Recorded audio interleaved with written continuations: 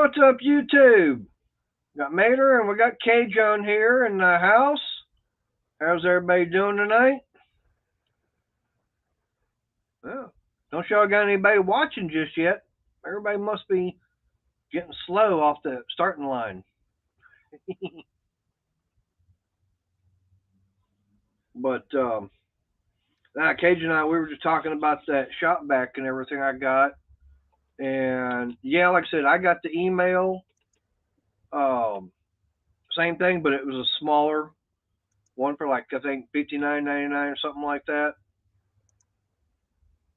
Like I said, the one I've got, that's the big one. That's the big old 14-gallon one. It's working good. That 5-gallon bucket, I've already had to empty it out about 4 different times. And I'm not getting hardly any. Now, the only time I've gotten anything in the shop vac is when that 5-gallon bucket got too much in it. Then, yeah, I can understand why it's going to be sucking up in there. That's my fault. Hey, cool gamer.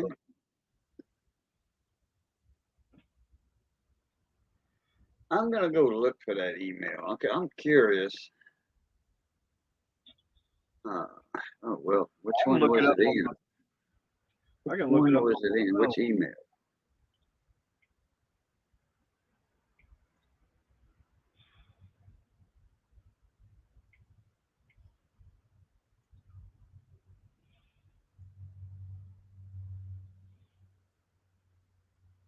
Like I said, I can look it up here on my phone, so I clear out a bunch of all this stuff.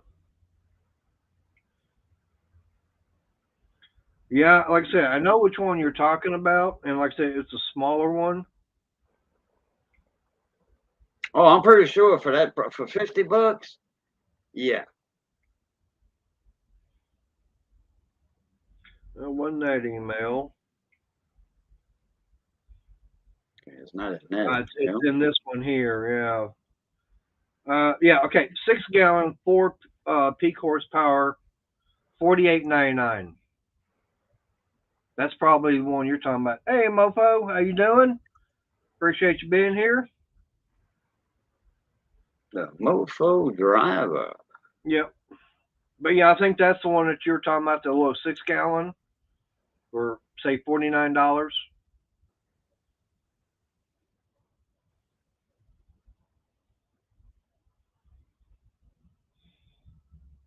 Is that the only one that's in a coupon? Yeah, that's the one, the 6-gallon one. Yeah. That's it. Yeah, because I know you ain't talking about the little 3-gallon for $35. I mean, that's still not a bad price for a 6-gallon shop vac. $49. No. Well, by the time Uncle Sam gets you with the tax, sales tax, you tack on $5 to that. So right over here anyway. Right, but like I said, for me, like I said, I got that 14-gallon because the main reason on that is the hose size and connector. It would fit up on that cyclone separator. Oh, okay, gotcha.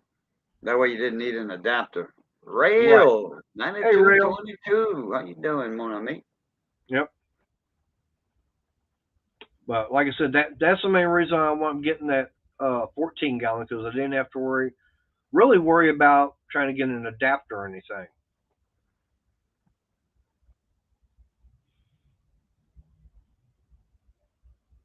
But anyways, I was going to go Harbor Freight. Like I said, I was telling Cajun I was going to go to Harbor Freight today to get something. And it's like, really, is it going, am I really going to save the extra money just going there, the 20, 25 minutes driving down there and then coming back just to go down there for that one item? I got a nice little deal on a heat gun. $10. Hi guys. There she is. Yeah, I was actually fixing to put in chat that I'm waiting on her to go to bed. As I turn my phone on there, she gets up and goes. So, All right. hello, Boo, Hey, Cool Crystal. Gamer, Mofo Driver, and Rail. So, And there's Ed. yeah. No, Ed I told him, Blum. I was like, you have to decide if the money you're spending, the money you're saving, the gas it takes you to drive there, and the satisfaction of using it for whatever project. Is it worth it to you to go and get it? Right. And Nah. no, it wasn't. I mean, 'cause like now, if I was, if we had more than one stop, more than one place to go to in Corsicana, and are getting more than one item, then yeah, it probably would have been. Same way Always has with, yarn. no, we're not going back to Ollie's. Maybe I should have said that you would have wanted to go then. Only if you were going to buy me yarn. Only if maybe if they had yarn you wanted. Oh, Ollie's sells yarn. Yeah. It depends. Right now they have a bunch of Red Heart in, and But you don't like it. well, no, there was one there that I liked, but Too much. no, it's $3 for a 5-ounce skein, but I love the variegated colors in it. It's a purple, dark green, and a cream. Well, it's called, the color name is Antique. And they had some Karen 1-pounders and stuff like that. But most of what they had was a glitter yarn. And I don't care for that. And Right. also they had It's a Wrap by Red Heart, which is basically 4 strands of sewing thread put together. Hey, Rocky. Hey, Rocks. Hey, Rocky. And on the wrap one, it's not even twisted together. It just is it's just wound together on the ball. They're not Right. even twisted. So Wow. it's like, nope, not doing that. I've got several cakes that I have to go through Backwoods. already. Hey, backwards. Hey, Backwoods. Yeah, my cakes I got from different company.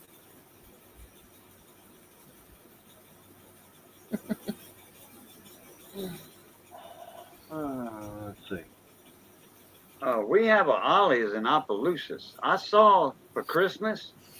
I kept on seeing some ads for Ollie's, Yeah. and I'm like, man, we ain't got no Ollie's around here. So I look up on the internet Ollie's in my area, and sure enough, they had one in Opelousas.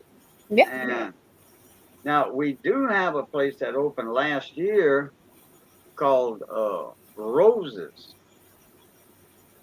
Now we've never been in that store before, but it's something like Ollie, okay? And it's a store that'll buy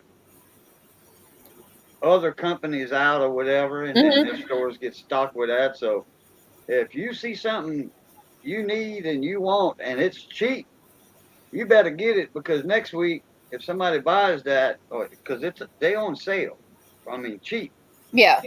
and somebody buys all of that, you screwed, because glued and tattooed, because Hey, they ain't Raging. gonna carry that no more. Hey, Raging. Oh yeah, our Arlies, I busted out laughing one day when I walked in there. We have Kmart push shopping carts, and the reason I busted out laughing is they had the hand baskets, yellow and black from Dollar Tree or Dollar General. I said, yeah, I know where they bought out. Yeah, that's right.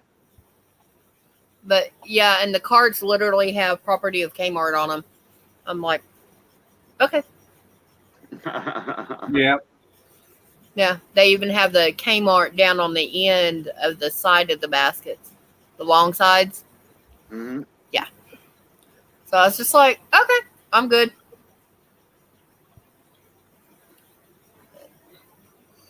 They got a place like that in Mississippi, and Slidell, Louisiana, which is right on the Mississippi line per se. It's called Hudson's Treasure Hunt. And then it's and slash dirt cheap. Two different store names.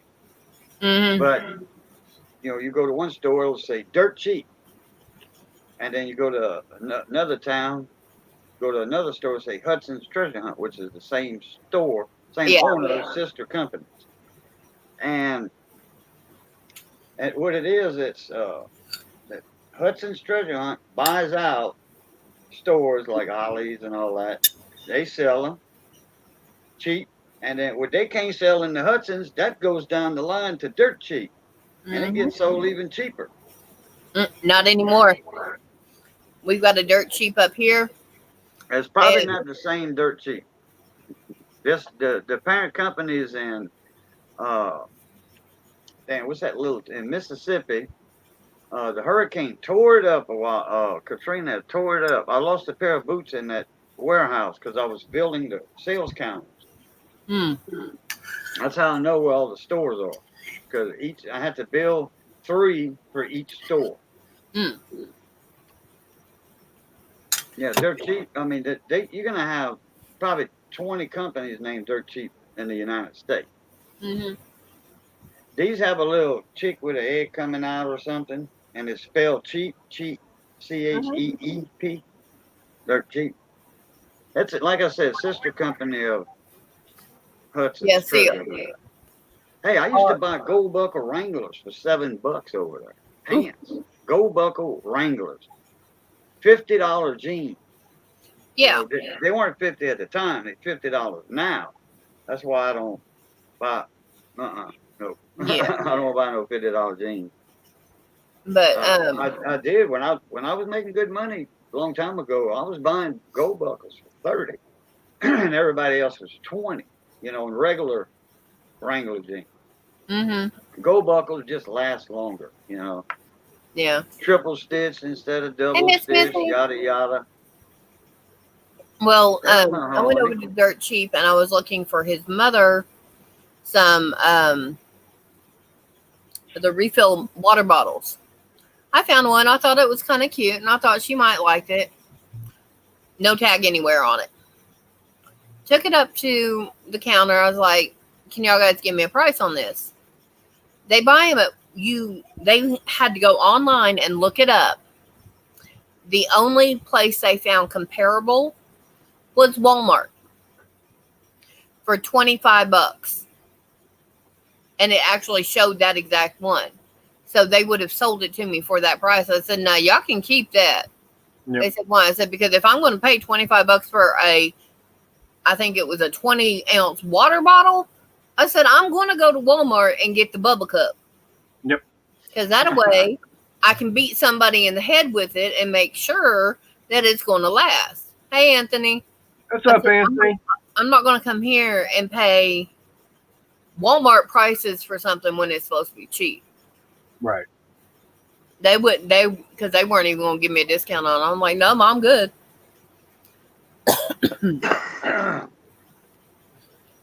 My buddy Field Guy, 316, he used to work for Hudson's years ago.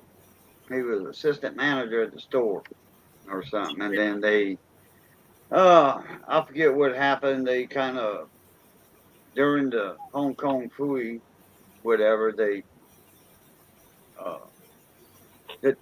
store manager messed that store up, put it that way.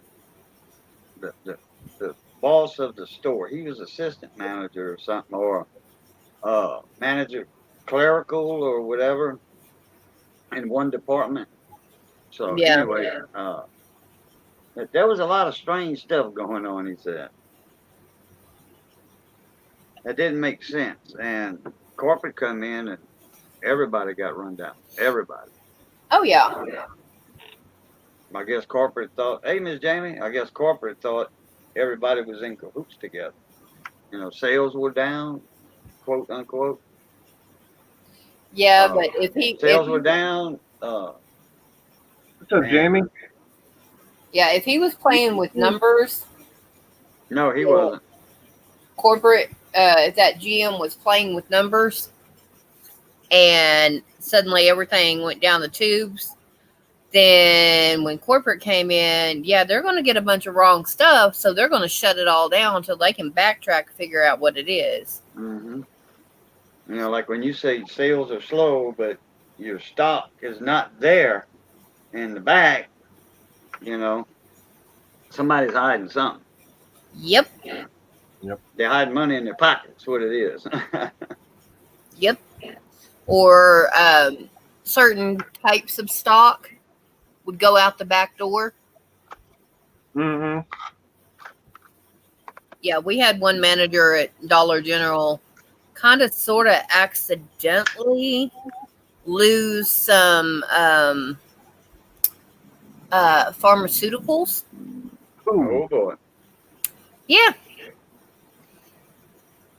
Well, they brought in enough pharmaceuticals to stock my yarn shelf I have right here, the one right by the door. Cool. Yeah. That's a lot of came up precursors. to MIA. Oh no, it didn't go MIA. It never even made it in the store Damn. because it was cases of pharmaceuticals that are turned into other street pharmaceuticals by cooking it. Yeah. That's what I say. Precursors. If the cops catch you with 2 or more of a lot of precursors, they call it, you are going to get arrested. Yep. Yeah. Because you have the ingredients, 2 of the main ingredients for what the labs do. You know, make it. Yeah. Now, see, I can get sick and go to Walmart and get Sudafed and Claritin. 1 box apiece. 1 box of each. And then I have to wait 3 days before I can go back to Walmart and get it. But there's 5 other stores in town that carry that. Yep. And also the fact is you can go through and purchase it, then I could be right behind you getting it. Yep. Oh, y'all can go to the different stores and get it and all that? Yep. It gets tracked on a store-by-store basis. Yep. And this, so she this could is nationwide. Right. She could be the one making the purchase, and then I could be right behind her, and I'm a separate customer. Mm-hmm. Even though we're together, I'm making a purchase on my own. Yeah, and there are 5. Like I said, there are 5 other corporate stores in town that carry those products. Mm-hmm. Now there are a couple of independent stores that carry it. So there's at least, I'm going to go with just the corporate. There's 6 stores I can buy those products at in a day. Yep. And then I can turn around and go in 3 days. I can turn around and go get it again at all 6 stores. Hey, LNA. Hey, LNA. But because it's only kept on a store by store basis. And the 3 days is to get it in your system because you have to take it about a week. Yeah. And they don't do Benadryl, and that can be a substitute. Yeah. Let's just say I learned the ingredients that you can put in some of this stuff, and I'm like, and then I learned some of the ingredients in the over-the-counter pharmaceuticals. I was like, oh, well, you can just switch this for this and this for this, and hey, you got a new recipe for the same stuff. Some stores have classes on that, or orientation classes on what to look out for, for theft, because all that used to be on shelves. Now it's all behind the counter or it's locked up on the aisle or whatever, Yeah, like the one I used to work at, you had to pull down a plastic front on the shelf and an alarm would go off. But all that did is let us pop our head up and look and kind of see what area you were in. We couldn't always tell, were you getting Sudafed or were you getting something else? Aspirin. It didn't always work like that. Oh, yeah. So I remember the people, I had some friends that worked at the dollar stores. Mm-hmm. And boy, when employee at the dollar store, like a Dollar General, uh, Yeah. you meet somebody else that works at a Dollar General, you never met that person. Hey, you almost like family. You know, that's how the Yep. Dollar General employees are. And Yeah. they'll talk about the store a lot. The employees, you know, we got a truck in today. We had 400 pieces on it, which meant 400 Yeah. boxes. You know, and then another one said, yeah, we had like 300 pieces come in, and they Oh, them people I'm treat each sorry. other Three like and four family. hundred? No. No, no, no. The smallest truck I ever had was 800 pieces. Okay, The largest I had was 2 days after inventory. It was 2,400 pieces. that's different items in the boxes, or just that's Cases. boxes. Cases. Dang. The totes. Well, I'm just giving you in general anyway. Yeah, I'm not Oh, yeah. accurate on that, but it was I around know. But the 3 to 500 pieces they would talk about. And I'm like, what's pieces? They say boxes of stuff that come in. I'm yeah, like, oh, okay. like I order a case of yarn. I'm getting 24 pieces in it. 24 in that case. That's one piece. Right. Okay, I order 12 shampoos of 5 different kinds. I got 5 pieces. And but our totes that would come in, I literally would have totes that had nothing but pharmaceuticals in it. And I would have about 8 totes would have over 500 pieces in it, but those were only counted as totes. They were not counted as pieces. Yeah. The totes were not counted on the inventory sheet. They were just counted as totes. Yeah, LNA, depending on where you are, people get rude. Oh yeah. And I've got a couple that I go back to Oklahoma. If I see one of them, I'm going to look at him and say, hi. And I know he's going to go rails off on me. And I get to laugh and go off on him. Because he don't like me and I don't care. One thing I forgot to mention is, yeah, I just remembered something else. Hey Wayne, appreciate you being here What too. did you do now?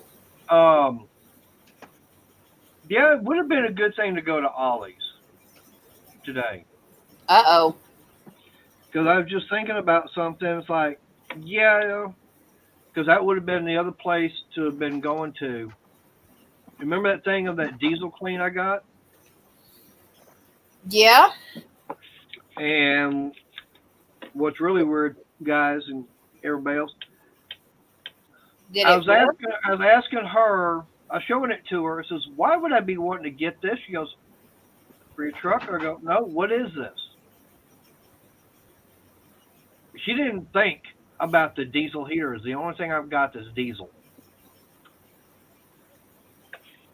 Yeah, but you use your diesel right away. It didn't sit. It's not going to sit and get stale. Right. I know. So But you don't. But like you said, you could use it. It might help you inject it on that heater. right. Clean all the internals out on it. And up like this thing here is going to be getting definitely taken apart sometime to get clean because I haven't done it since I've had it. But I will admit one thing. I did dump that whole bottle in that tank. Not all at one time. But I have seen a difference in how much heat has been coming out of it. Because I ran it the other day when it was a little cool. It's like, okay, fine. Let's run this stuff through it to see how it does. And I've seen a difference in it. So that would have been something to have gone and gotten another one just to run it through there to see if it would have gotten some of that carbon buildup gone out of there. Now, I don't know what else I could probably run in that without having a problem. I mean, what else could I run in that diesel heater that would, maybe be a little bit hotter? I don't want to. I don't think gas. I don't. I don't think gasoline would work in that. No, I wouldn't put no gas in there. No. Now, I mean, I might be able. I don't know if you've got that injector cleaner or whatever they call it in it, Stay Fresh, however you want to name it, call it. You've done all you can do for it right there, except for literally physically taking it apart, routing that injector out with a small file or something, Yeah. Yeah. Well, the only thing about that, LNA, is that kerosene is so expensive. Nobody around me sells it by the pump and everything. I can go over to Walmart and buy like a $12 for a gallon. Yeah, lamp oil. Yeah, $12-13 a gallon for it. Or if I want to go, I can get a 5-gallon for about $60. Yeah, I mean, I've seen the videos and everything. It's not that hard to take apart. But I'm just trying to figure out what else I can run in there besides that diesel clean. I mean, I'm thinking, maybe some Berriman's B12. I didn't know something like that would work. No. That's just a parts cleaner. Yeah, no Berriman's or Seafoam. No, Seafoam, that stuff he's got better than Seafoam. Yeah. Right. Hey, Wayne. But, that's something else is like, I mean, is there anything else, Hi, Sarah. Hey, Sarah. How you doing? But I'm just trying to figure out what else I might be able to run in it. That way I don't have to worry about taking the thing apart to do some cleaning. You already got it in there. You used it. Yeah. So you've done what you could so far. Right. Because it's working. There's nothing wrong with it. Right. I mean, it's starting to run better. It's putting out more heat than what was coming out of it. I mean, I could hear the flame even better. Like I said, I was just kind of curious as far as, is there anything else I could run in it? I've seen a few videos on YouTube about some, just one guy, he bought one and he reviewed it. He bought one. I mean, he's not a review guy, or whatever. Right. He's just showing what he bought, regular YouTuber, Right. And he put it in his washroom to see how hot it got. And then he just cracked the door open a little bit and, stuck the exhaust out. And it was one of those like you got, one of the Chinese ones. Right. And even though that door was open, the wind wasn't blowing cold air in the door. Some cold air was getting in. But that heater kept that room not nice and toasty because the door was open 2 inches. But it kept it comfortable. Right. And see, if you had a light jacket on, and you were streaming in there like you do in your shop. Right. He said it's comfortable, and he was doing I forget who the guy was, and I forgot to mention I watched a couple of those not long ago. This was a month ago. I mean, I like it, and like I say, I got this particular model by Vevor mainly because it was an all-in-one unit. I could have saved probably about $20-30. Got one that, assemble yourself more. I could do that. I mean, gas is cheap right now. Yeah. I don't know. That's meant for diesel, though. That is meant for diesel. Right. I mean, it is meant for diesel.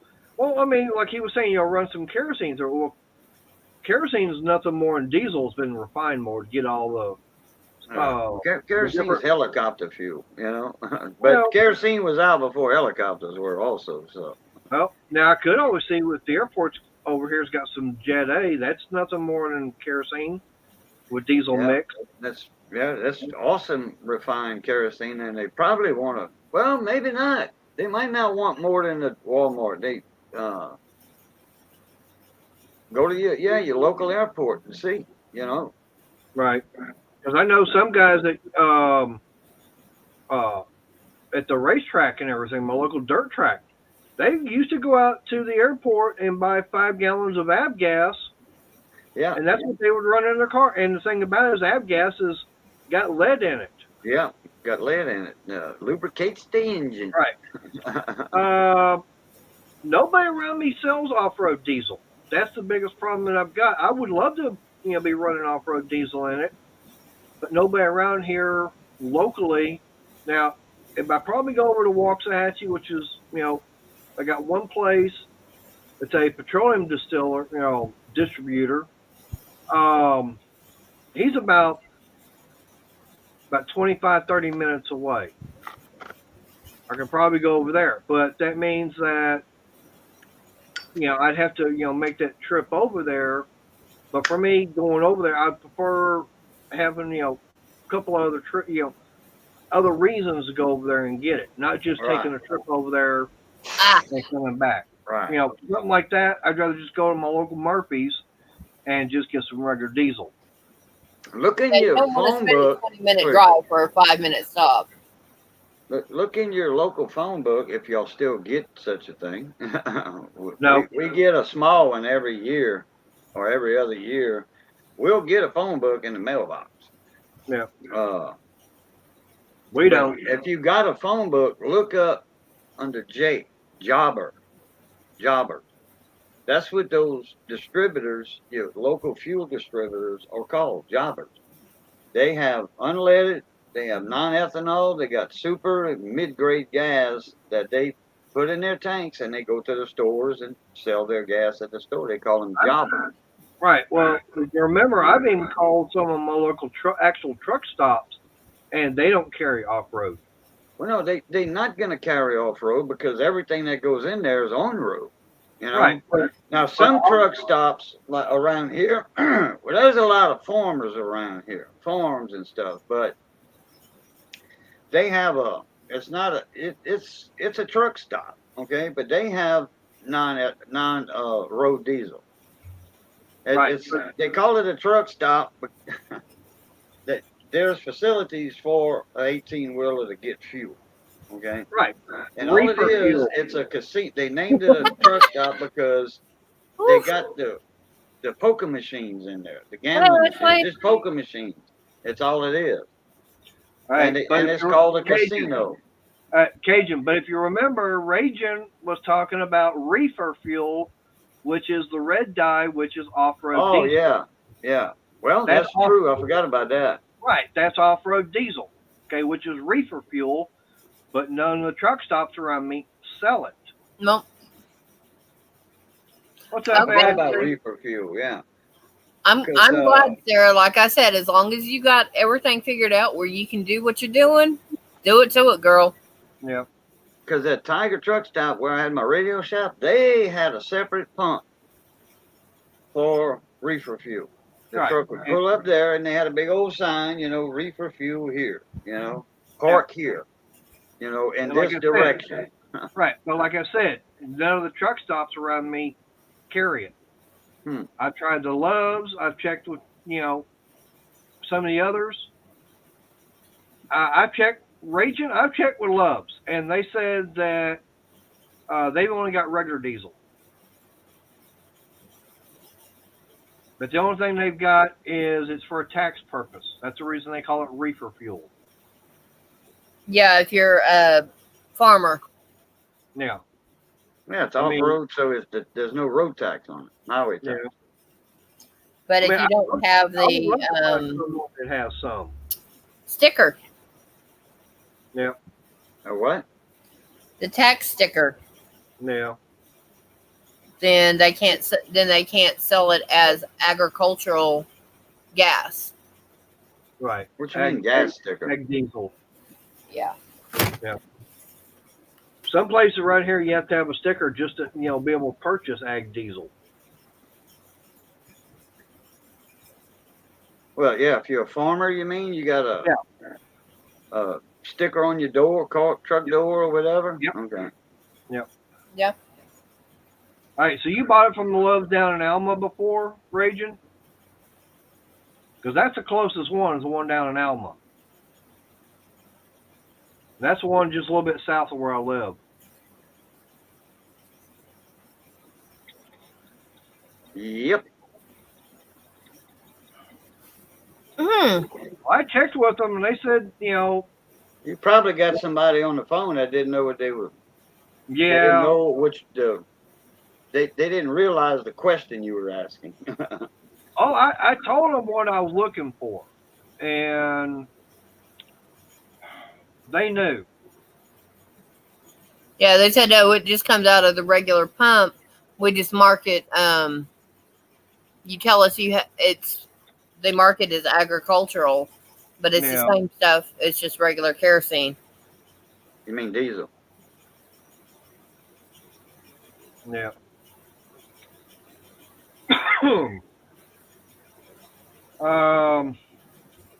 I can check. That's something that has not been brought up, Rail. Yeah, that's right. Yeah, equipment rental.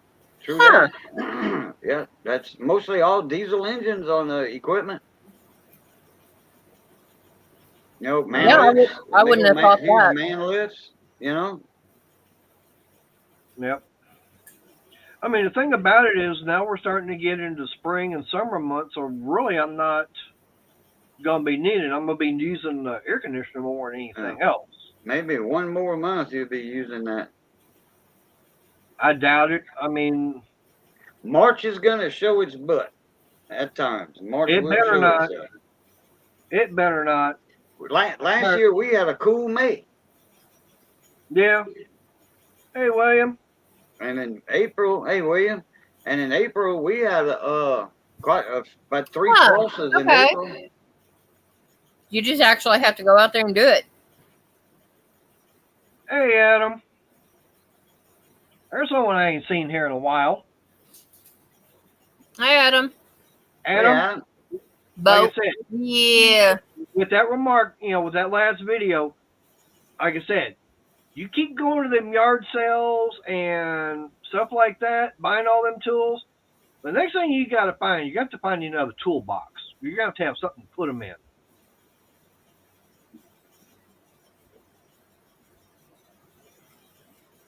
Ooh, nice. Oh, Mother Nature can't make up its mind what it wants to do there in Tennessee.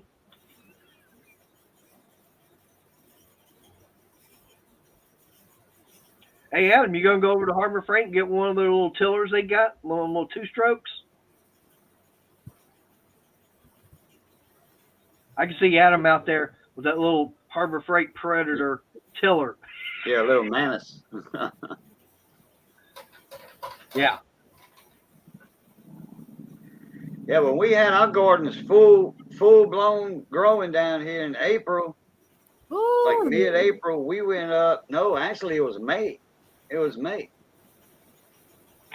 We had our gardens going. We were picking cucumbers, Mm. and we went up to Tennessee for Mel McGee's daddy for his funeral, and he went so many times back and forth. His sister got sick, real bad. So he went up there. He got back. 3 days later, his dad got sick. He went up there again, come back, after a couple of days. And then, boom, then his dad died. Boom, so he comes, goes back, he comes back, then his sister dies. This is all happening in a month. Damn. So he's tired, and he's mind stressed. So I need somebody to drive me. Well, Wine Chitchat, he drove him the last 2 times. So they said, "Boo, you want to come and help drive?" I'm like, "Yeah." So we Yep. went up to Dayton, Tennessee, just north of Chattanooga up there, and they just had their garden going in. A lot of their stuff was just this tall. That was it. We had full blown garden, picking stuff. Well, cucumbers is one of the first things you're gonna pick. Then your tomatoes will come in. But this was in May. I remember it well. And it was still chilly up there a little bit, especially when you get up in the mountains up there. Mm-hmm. Yeah, light jacket Anthony, weather. I agree with you, Anthony. It's like, yeah, and once we start getting in the 70s, 80s, Mother Nature go, hold my beer. I got a surprise Yeah. for you.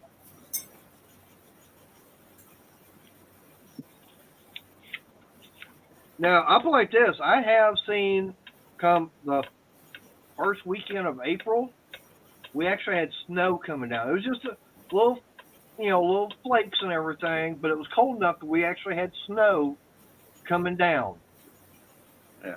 We had snow over here when it was Easter, and it snowed. And I Yep. mean, they had that much on the hood of the vehicles, about 6 inches. Damn.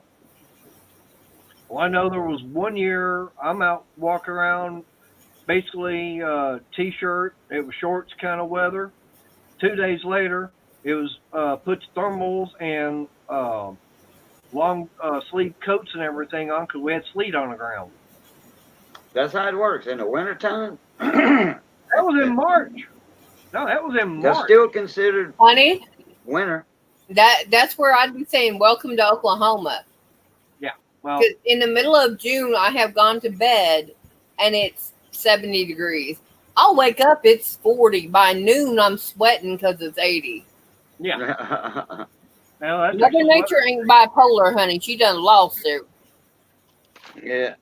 Well, remember what I said about the first, about when you first moved down, about what, Yeah, what yeah. she didn't believe me how hot it was going to be.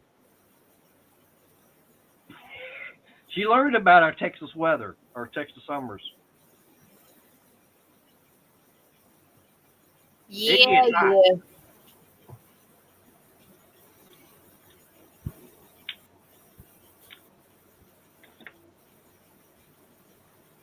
Yeah, Jamie, well, any time during December to March, if it gets hot down here, I mean, in the 80s, Mm, and you in t-shirt, short weather, and stuff like that, just hold on. It's coming. That yeah, cold weather's coming. The hotter it gets, the colder it gets down here.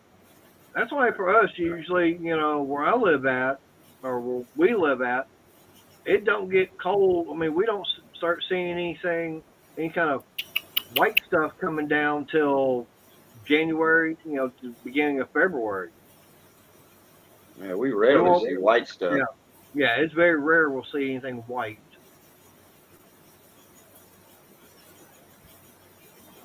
I What mean, you now doing, baby? I What you have seen doing, some pretty baby? big snowstorms. There was one time,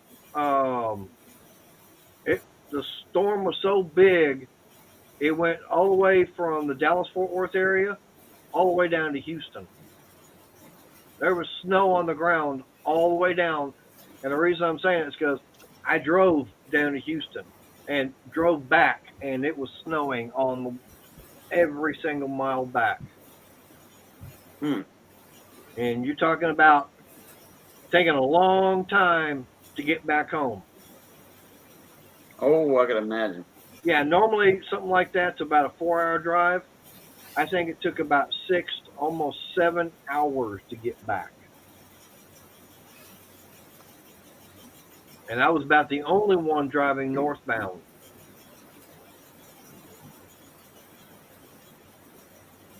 We were in Beaumont one time. We went to the bars, me and my cousin and a friend of ours. And my cousin Robert, he had two bikes. He had a 750 for him, kind of, dressed out like a road bike, like my old Honda CB 750K. It had the fire and the stereo and the back, the hard bags on the back. He had a 750 like a Honda, and then he had a 550. And then Charlie had a chopper he made out of a 750. Kind of chopped it out a little bit with the long forks and that. Yep. And we went to Beaumont. Ended up at the bar. Went looking for another motorcycle frame, actually, for a 750. And because the front forks were messed up on a 750 that Charlie McGinnis had. Well, we ended up going to the bar. And it was nice going there, but on the way back to Silsby, which is like 30 miles from Beaumont, man, it was cold. Oh man, I mean, Robert was nice and kind of comfortable with that fairing on there with a windshield. Me, I didn't even have no gloves, and my hands are freezing, and then I'm starting to shake like that, you know. Yep. And I shut it down. I pulled off on the side of the road, and I had to warm my hands up, warm my arms up. They stopped, like, "What's wrong?" I said, "Man, I'm freezing." They said, "Yeah." I said, "My hands are so cold." Charlie said, "Well, here's a pair of gloves." I'm like, "All right, thank you." Hey, made it back, no problem. Never shook or nothing with those gloves on. Mm-hmm. Them gloves help a lot. Yep. Cause you got 55-mile-an-hour winds hitting you. That's how fast we were going. Oh yeah.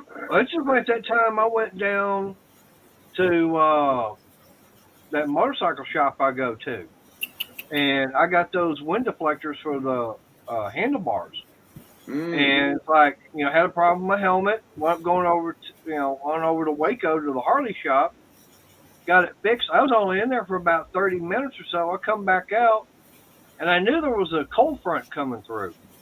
I'm in Waco at about 4, and they said that cold front wasn't going to come in until 6. Now, the damn thing came in about 2.5 hours early. Because I went outside, and that temperature had already dropped from the mid-70s down to the 50s. Well, where you was living then? Right there where you at now? No, I was in Waco when that came through. No, you were living in Waco, or you living where you at now? Living where I'm at now. Oh, okay. So that was a good little trip for you then.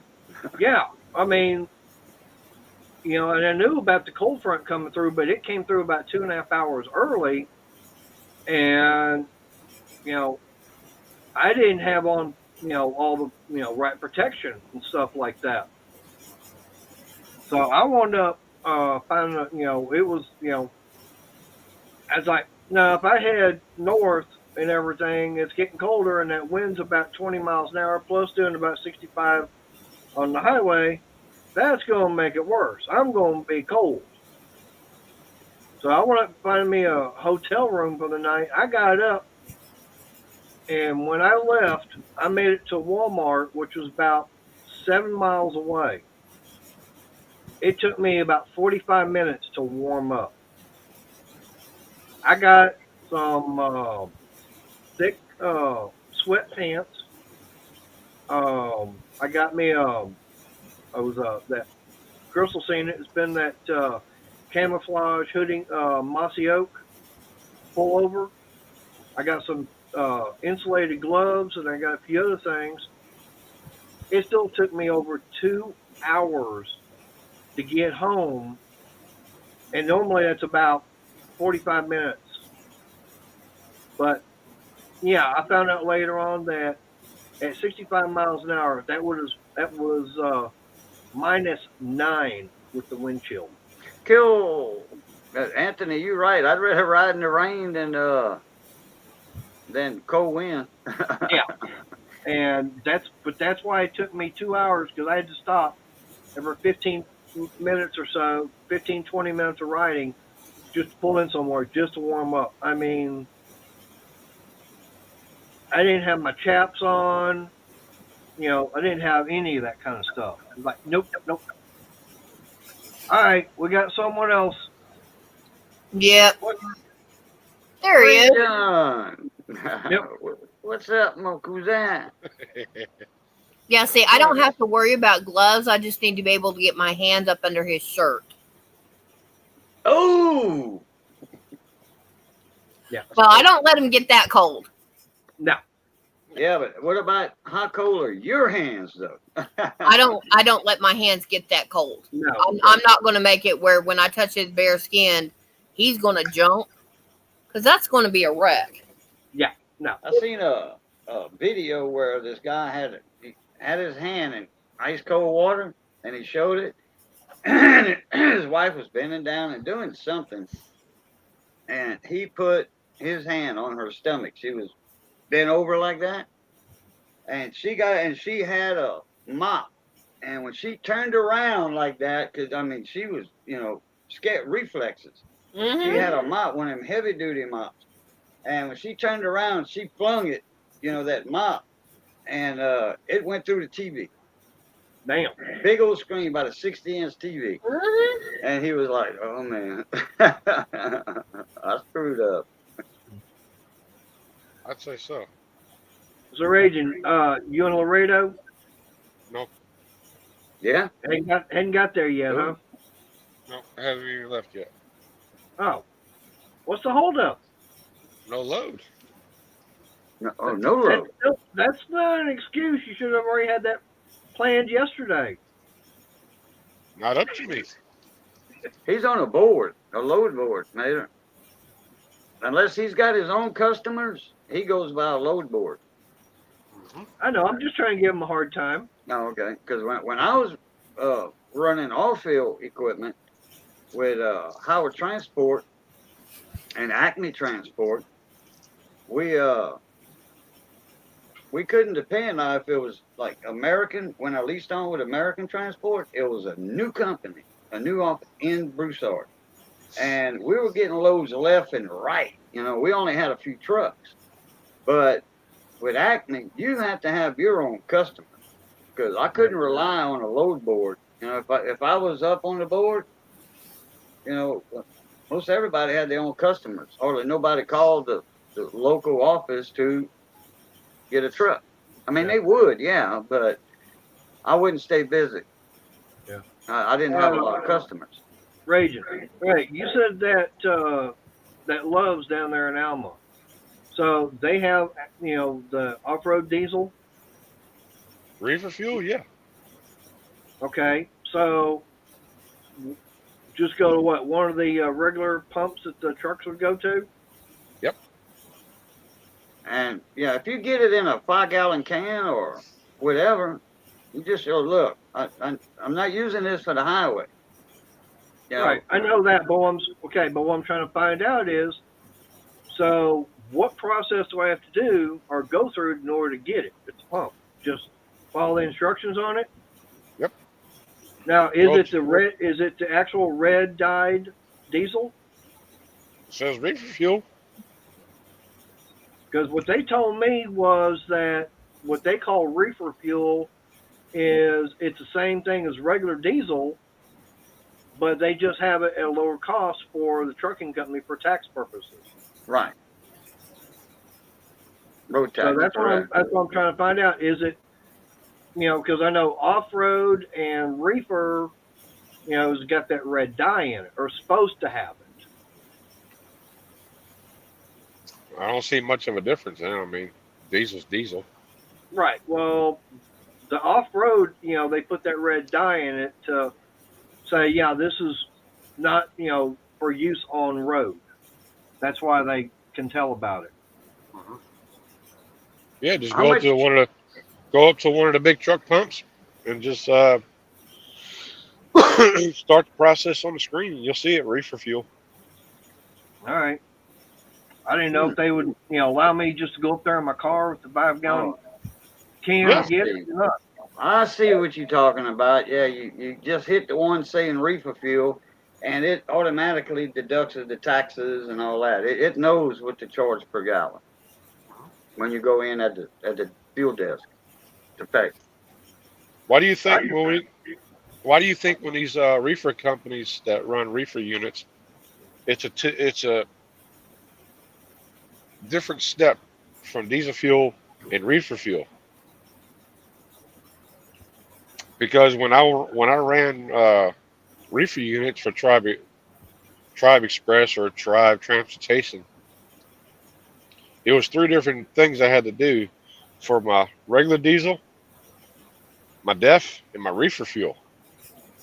Because after you fill up the regular diesel, you got to hang that pump back up, and then they'll tell you to Pick another option. After you hang that pump back up, we'll pull our truck forward for the trailer, pull it back off, put it in the reefer. It rings up separate. All right.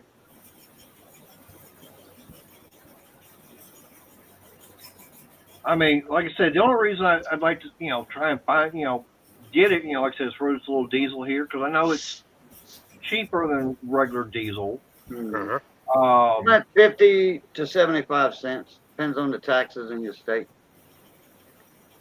Yeah. Well, I mean, that'd That's be about quite a bit. 65 cents here in town, cheaper for off-road diesel. I looked at the pump because they have a pump that says at Guillory's Wholesale here, they have a pump that says off-road diesel. And you go look at the price on that one per gallon, then go to the regular diesel and look at the price, and you just subtract it, and it's about 65 cents, Yeah. 60 to 65 cents. Well, I know I paid last week when I went and got some. I think it was about almost $19 to get 5 gallons. And that's why, hey, if I could save some money, yeah. I mean, so if it's, something like that, we're talking what, about 60 cents. So we're talking about $3. So I've spent about 15, $16 for it. Hell, that's a roll of tubes. I mean, a box of tubes. No, it'd be almost getting another gallon free. Yeah, that's true too. Rail says, yeah, where he's at, it's about 60 cents cheaper. Right. I know Texas has always been cheaper on gas than Louisiana. We got the refineries. That's why. Well, we do too, but it's our taxes that are higher Yeah. in Louisiana. Right. When Dad would go, but Dad always kept about half a tank to a full tank of gas in the car. So when we go visit our cousins when we were young, like for Easter, what have you, I can remember Dad always not filling up the car before we went to Texas. And he would always say every trip we'd make, he'd tell Mama, "Boy, I wonder how much the gas is in Texas," Yep. because If it, the tax. And then on the way back, now he had enough gas to make it there, but on the way back, he would fill up the car in Texas, and he saved just say 4 cents a gallon. Okay. Yeah. And hell, in big cars back then, they had 26-gallon tank, 30-gallon tank, and so 30 times 4, or just say 20 times 4, that's a few dollars right there. And back then, 4 cents was, I mean, I can go to the store with a nickel and get me a pocket full of candy. Oh yeah. But I mean, like I said, like I said, I got that diesel clean stuff from Ollie's. I've already run it in there, and I'm already seeing a difference. Yeah. That's why I was also trying to figure out, is there anything else I can, put in there that would, help clean out, some of the soot and clean, say, off the glow plug and stuff like that. what are you trying to clean out? That little diesel heater I've got. Oh. Still, There's only one way to get Besides it taking it apart. 100% clean. Yeah, that's the only way you're gonna get it clean. I mean, when Yeah. they wanna get our tanks clean, we have to take it to a dealer and get them to sweep the tanks. Right. And what I mean about sweeping the tanks is they run a machine on both the diesel tanks, and they'll literally suck all the debris out while they're cleaning the diesel up. Right. Well, I'm not, it's not the fuel tank that I'm worried about. The thing I'm worried about is the actual combustion chamber where the diesel is igniting and everything. I Mhm. know that, I've seen the videos out there where guys take them apart and, they clean all the carbon and build up and everything in it. And they'll clean off the glow plug, stuff like that, and everything runs better. But I have noticed that, past few weeks, it's not been putting out as much heat. But now since I got that cleaner and I've run it through there, I've noticed, yeah, it is put out more heat. So I guess that stuff is, working as far as cleaning out the combustion chamber. I just didn't know if there was anything else I could run in there that would do the same thing besides, diesel clean. Going over to my local Walmart and buying something. If you're looking for something to really clean it out, you got to go to a truck stop or something like that. And what would that be? What do I get Uh, there?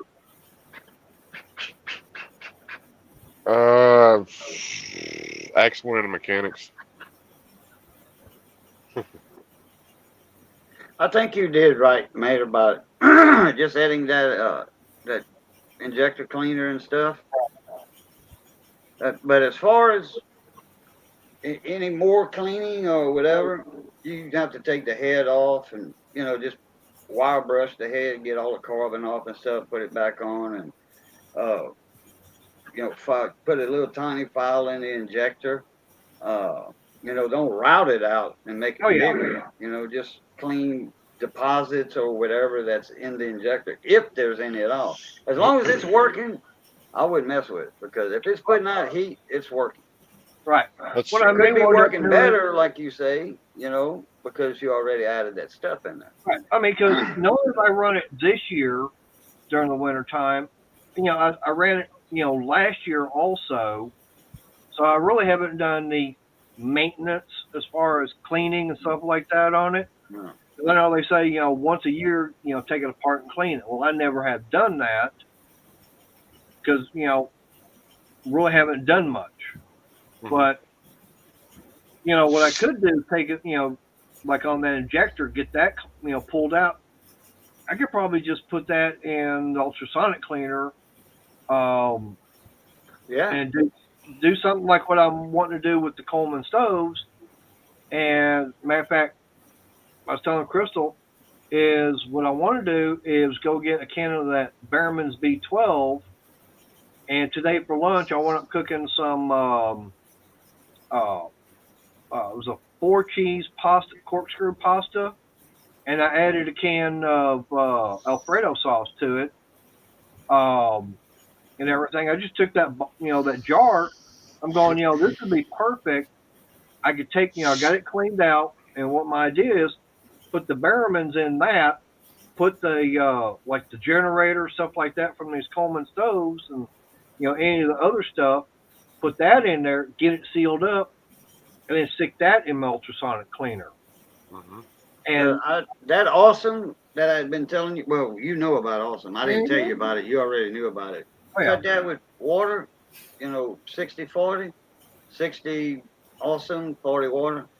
You ain't gonna get no better than that. Yeah, I got a gallon of that Behrman's in my shop. Hey, I know, but you didn't hear what I said. I said take that jar, put Behrman's in it, put the stuff in that, get it sealed up, and then just put regular water in the ultrasonic cleaner and put that jar in there.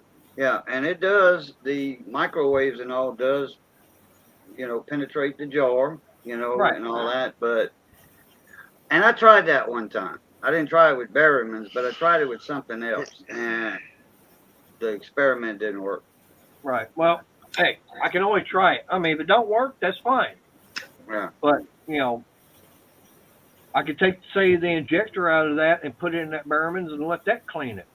Mm-hmm. What do we do for our regular engine when we think our injectors are clogged up?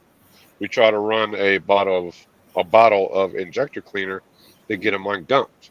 Right. You're always going to have to do maintenance to everything you own to get it cleaned out. And that don't matter if it's gas or diesel. That's a given. That's why a lot of trucks have the fuel filter on it for the fuel filter separator and stuff like that, because the fuel will run through that and it'll clean all the gunk out of it. Then you got to get the fuel filter changed. Now, what about running some of that DEF in there? Unless you got a DEF system on there, I wouldn't do it. Okay, so I was just thinking, I'm wondering what that DEF would do if I mix that with the regular diesel. No. Don't all do that is for, DEF is for emissions. That's all that's for. Okay. Because that actually goes in the exhaust itself, not the actual cylinders. Okay. Correct. Like I said, that was something. Hey, I didn't know if something like that would work. Whether that would clean, do the cleaning on there or not. Hark! What do I hear? Shut up, Ed.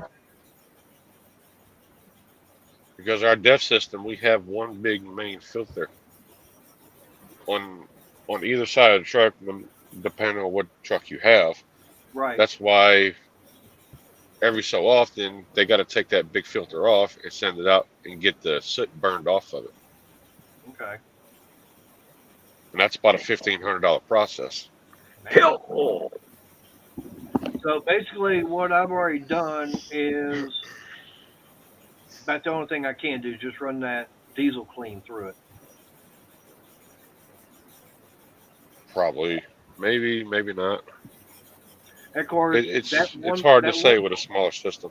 Right. Of course, that one bottle, I think that was to treat up to like 30 gallons. But it's like, yeah, I guess I really kind of overdid it.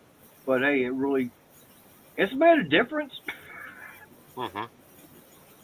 I mean, I could actually hear a flame, like it was, at one point, that thing was actually making a sound kind of like uh, a kerosene heater, one of those, torpedo heaters you get every now and then.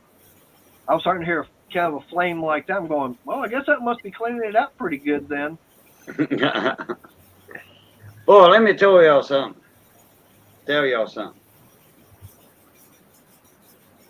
After when I was hungry while I was cooking that brown rice, I tore that up. Missy ate. She tore it up. Bebe wanted to sit on the chair next to me like she is now. And so I got an extra piece of meat out of there. And I was just, giving her, little piece of nuggets off a piece of that hamburger steak patty. Man, I tore that food up. I hadn't had that in probably 4 years. I hadn't made that. That was awesome.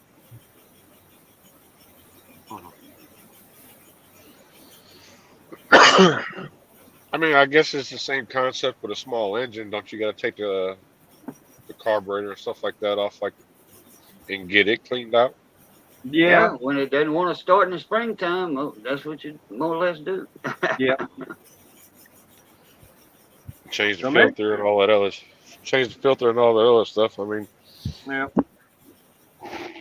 I mean, like I said on this, it's just a, one of these, cheap knockoff, Chinese diesel heaters that I forget the company out of Germany that started making them. I think back in the 50s or 60s, something like that. And of course, then the patent and everything ran out of them. So then it's like, okay, everybody else, we can start making them. Mm-hmm. That's why, like on small engines, how, Honda had the patent and everything for their engines. And then all of a sudden that runs out. Oh, Predator. Oh, it's a Honda clone. And you got all these other companies that are, making a Honda clone. Right. I swear by them little Greyhound engines, the predecessor to the Predator, the Greyhounds is what Harbor Freight was selling. Man, those are good little engines. And then when Predator came out, I want to say that Greyhound engine is equal quality to the Honda. Compared to the Honda, yes. I'm gonna agree with the Greyhound engine.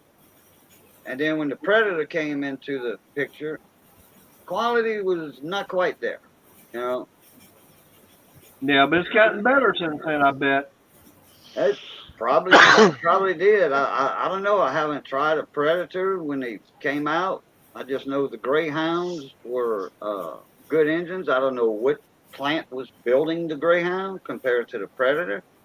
If it's the same when they first started Predator and it was the same factory building those, and all they would do is put a sticker on it, that was the only thing different, then yeah.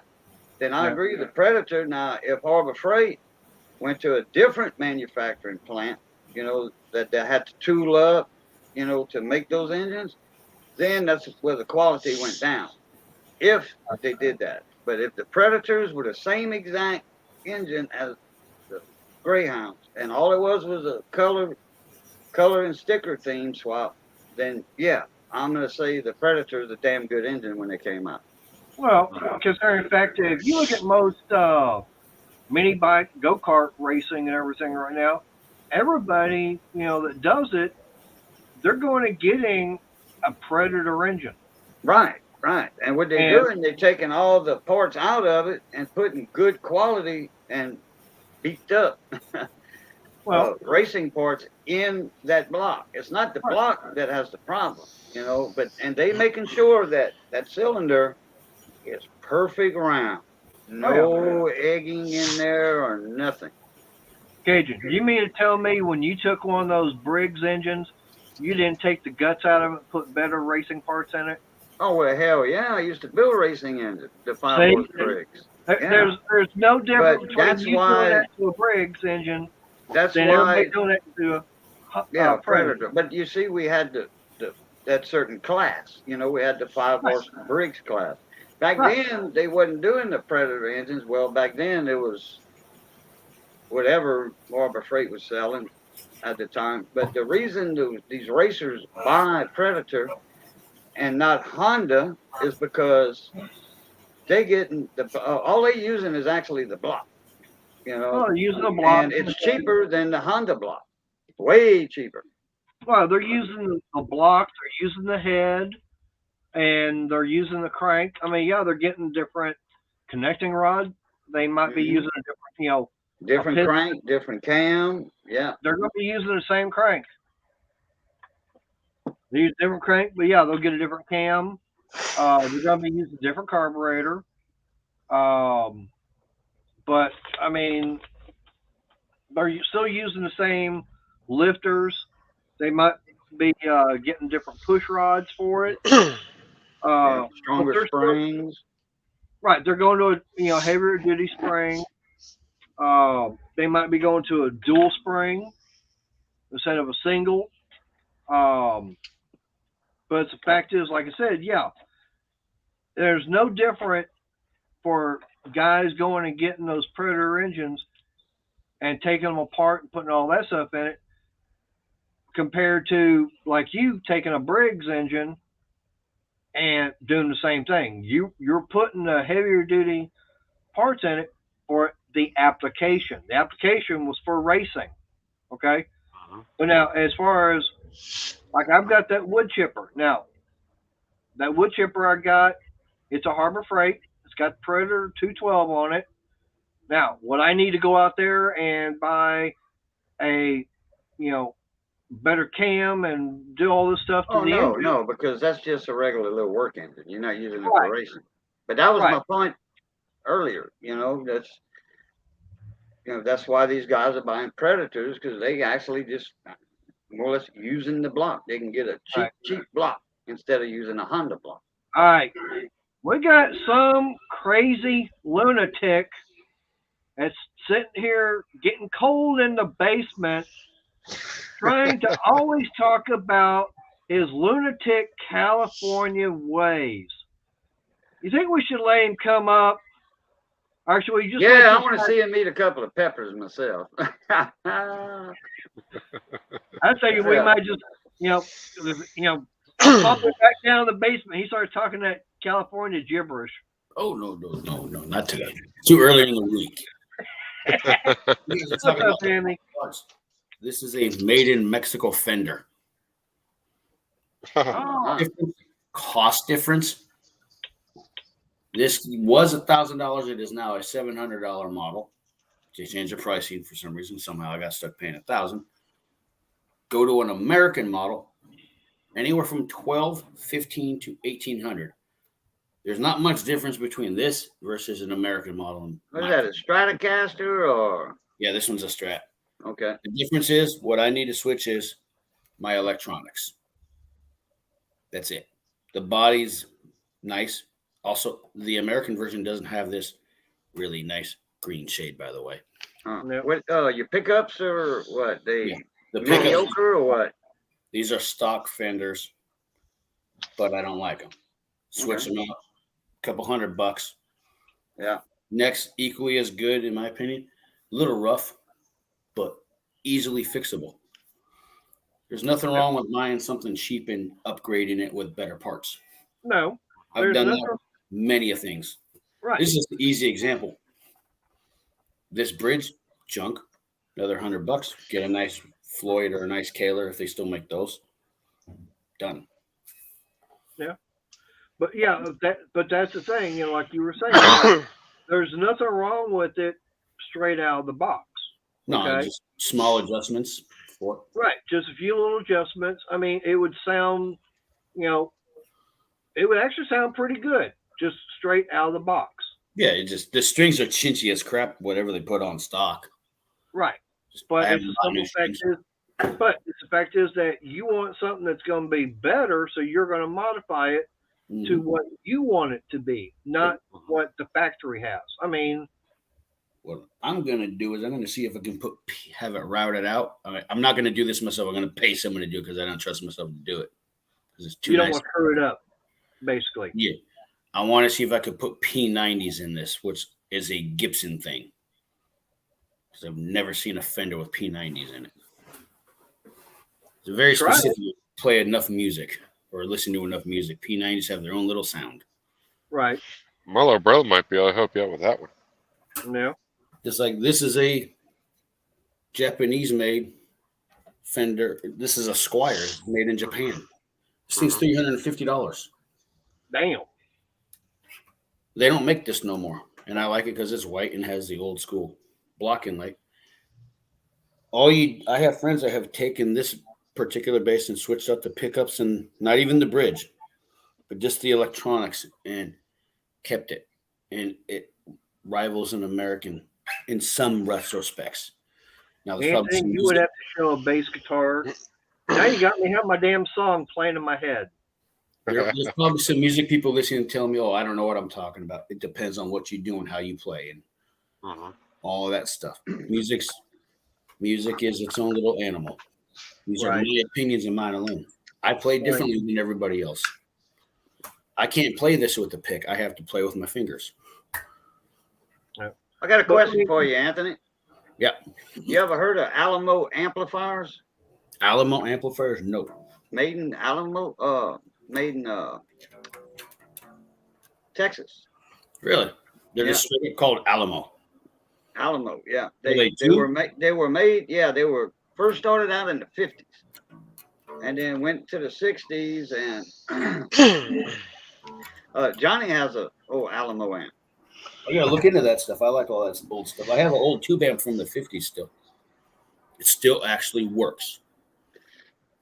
Good deal. I don't know who made it. There's no brand on it, but it works. Well, compare it to a Fender Champ. Compare the schematics. Look at that. Well, it looks like a Fender on the grill. It's got the silver grill. It's kind of that silver. A lot of those older amps like that were made off of the Champ. The little Fenders, right? Diagrams. Oh, yeah. The Champs were awesome amps. Awesome. You get that good distortion when you turn it up because your tubes are actually doing that. That's the difference between tubes and transistors. Tube amps sound just so much better than a transistor amp. Like the music I like is everything's tube based.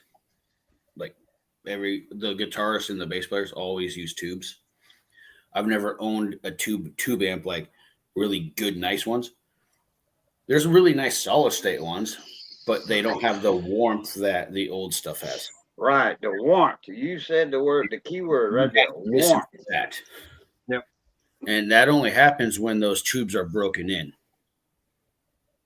They got to be played and worn in.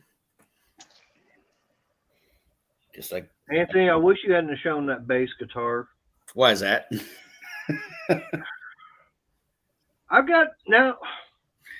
Up like this. I go to sleep with music playing. Mm-hmm. And there's one song in particular, if it starts playing, I will literally wake up and Crystal knows it.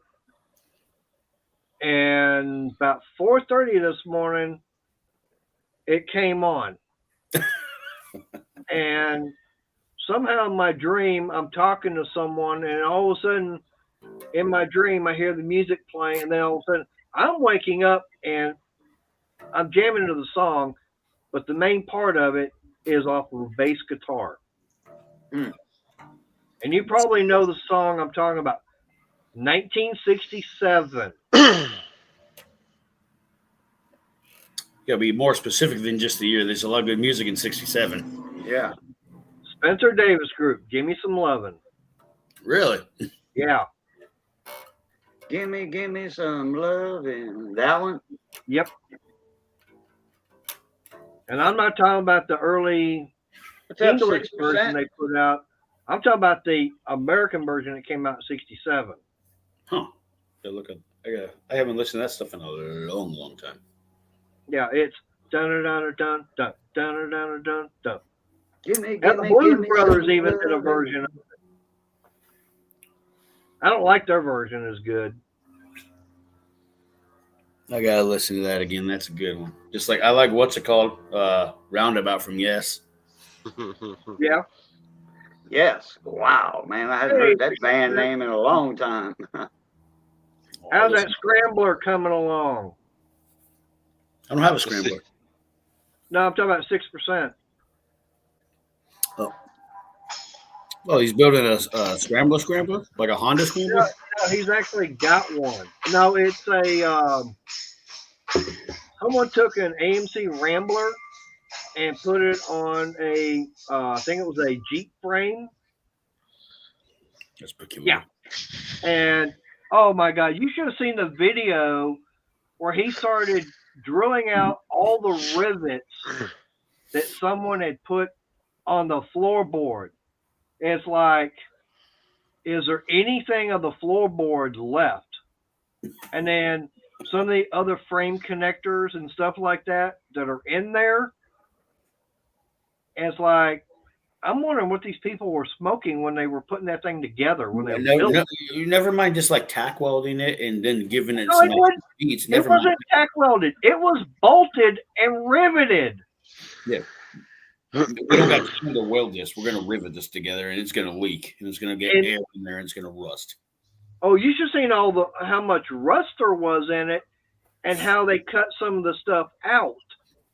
Oh, I mean, it looks almost like some of the areas they went in with a like a cutoff wheel in there, or took like some tin snips, or some areas they didn't even take the rust out.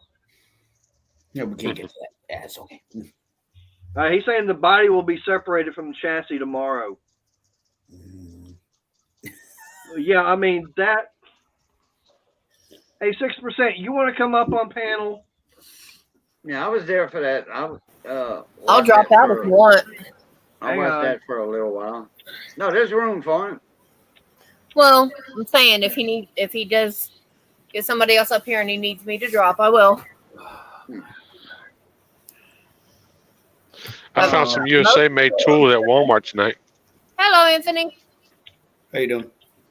USA What did made you find tools that at was USA Walmart. made at Walmart? Yep. Which one? Which brand? Hyper Tough. Hypertough? Made in Yeah, USA? that's Walmart USA. brand. Cool deal. Hey, send me an email and I'll send you the link. There was only maybe one tool that was stamped USA in the Hyper Tough line, though. Not all of it's made in USA. Oh, no, what was it? Screwdriver? The pry bars are. No, it's a pry bar. A pry bar? Oh, okay. It's the black it's the black handle pry bars. The Yeah, long that's ones, the only like one I think they used to be red. 24 inch or 30 inch, something like that? There was a 17 and a 24. Oh, okay. Yeah. So that's the only one that marked made in USA? Go check it out on my page. It's there. They're probably made by Mayhew. Oh. Probably. Pry bars are made by Mayhew. I know, But they're yeah, I still would like to find some of the older Cobalt wrenches and all the hand tools that were made in USA. Because, I mean, hell, the guy was saying that they were made by Williams, and Williams makes some stuff for Snap-on. Williams is owned by Snap-on. Williams is basically Snap-on's industrial line, just like Mac. You got Mac, and then you have Proto. Right. It's the same thing. I Then got a couple of pros. there used to be Blackhawk. I think they got rid of Blackhawk. It would be Blackhawk by Proto, like a third line. Right. And that's typical Stanley Black and Decker. Right. 100 lines for no reason. Right. But the thing about it is, I mean, they were making the Cobalt hand tools. I have some Cobalt USA stuff and even Husky stuff. Do you? Check out Harry J. Epstein's website. They deal in a lot of USA made tools, and they may not have a lot of Cobalt. Sometimes they have Husky. They have a lot of stuff. They're one of the few people that do have a contract with Wright as a distributor, like online. Okay. Wright tools are made in America, and I spent a good chunk of money on some Wright tools today. And the reason is Wright's made in America, equally as good as Snap-on so far. Yep. I literally bought the exact same wrenches I have in Snap-on, but in Wright for a fraction of the cost. Well, 2 wrenches, $400. 2 wrenches, $100. Well, like I showed Asian that those long wrenches I got from Harbor Freight, and I mean they're Pittsburgh and everything, but if you look at them, they look like they're made like from Snap-on. They look just like the Snap-on wrenches, the older Snap-ons from years ago. In fact, we were backstage. Mater, his stream was over with. Me and Ed Deal Tech guy and Mater were backstage and talking, and Mater comes up with this set of tools, and I'm like, what is that, Snap-ons? Because Mater was saying, hey, I got a real good deal on these, y'all. And I'm like, wow, what is that, Snap-ons? And Ed said, what these look like Snap-on? Pittsburgh. They look just like those Snap-on hand wrenches. Let me go get them. I'll go get one. Right back. And if I'm not mistaken, I think somebody else was backstage with us, and they had made a video comparing that to Snap-on. They just put that set in a Snap-on box. Jude. I'm still waiting. I'm still waiting for Craftsman to bring some American stuff back, personally, because I will buy it. It's coming. Yeah. Well, hey, did you see? Anthony, did you see what I showed last night?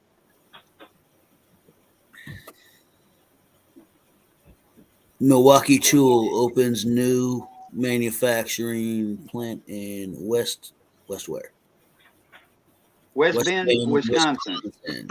Made in the USA, hand tool. That means they're going to make their hardline in America. Yeah, they're hand wrenches and stuff. Not the battery stuff, but I have a couple of Milwaukee wrenches, and they're very close to Mac. The design and everything feels very Mac-y. Mac? It feels like the Mac. They have the grooves just like. Okay. All right. But there you go. That's the long reach. That's the long pattern? That's the long reach. And long reach Pittsburgh. Okay. Yep. Now, sideways. Put it on the edge. What? Something like that? Oh. No. Yeah, like that. Yeah. It seems a little flatter. It seems a little flatter, and the open end seems a little fatter in the head. Yeah. But I mean, naturally. At a fast that's a good pass for a Snap-on. Yeah, but then. Yeah. But for me, it won't, because I know my old Snap-ons don't have the double V in them.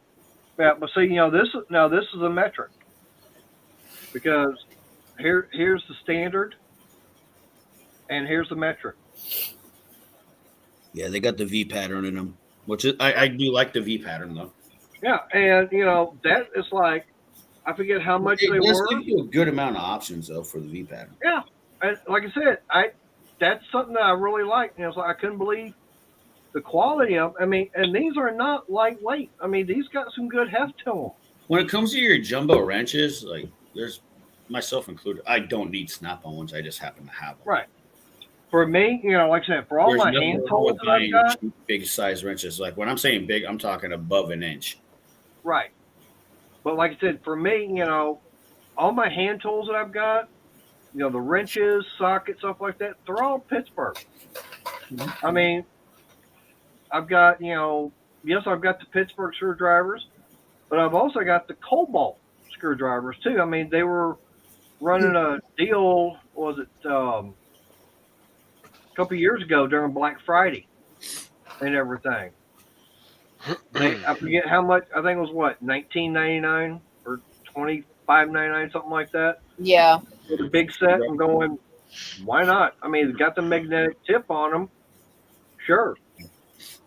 I have a little magnet box I magnetize my screwdrivers with. Right. And it's just like, like we were at Ollie's. Whoop. Dropping them. But we're over Ollie's and got, found this 8-piece Torx bit set, Cobalt. Yeah. I looked at it. I was like, $13. Hey, Nader. $13 for a Torx bit. That's kind of a specialty thing. That should at least be $25, $35. Yeah. But check your email, see if 6% has sent you something. I'm looking. I don't see anything in it that where he sent me anything. I can send him a link. Let me recheck it. I'm rechecking it because usually, when I get something, it pops up right away. Yeah. Sometimes though it doesn't. So. Yeah, I know. That's why I just hit the refresh on it. But yeah, I mean, like I said, that's what surprised me. I mean, they're Cobalt. Yeah, they're made in China, but they're still a Cobalt, from Lowe's. Cobalt makes stuff in Taiwan, actually. These actually were tagged. I've got the tag right here, and even though I don't have my glass on, it does say "Made in China." Oh wow! I thought they were Taiwanese. But yeah, different things are made different places. Yeah. I have Cobalt. Okay, you should be getting it now, hun. Yep, I got something. Okay. Yeah, even though it's made in China doesn't mean it's bad. It's just I can't say crap. I have Chinese tools. Right. That one Chinese socket fit better than anything else I have. yeah, I mean, it's just the manufacturer. Oh, well, this guy's already making this part. So let's see if he can go ahead and make the exact same thing for us, same specs and everything. Just put our name on it. Yep. And they'll run double the parts, and just literally it'll split as it comes off the line. All right, I'm gonna go put these up and like Cajun time going off the dock. China has good. It depends on what manufacturing plant, and if they care like Heiko, okay, soldering tubes.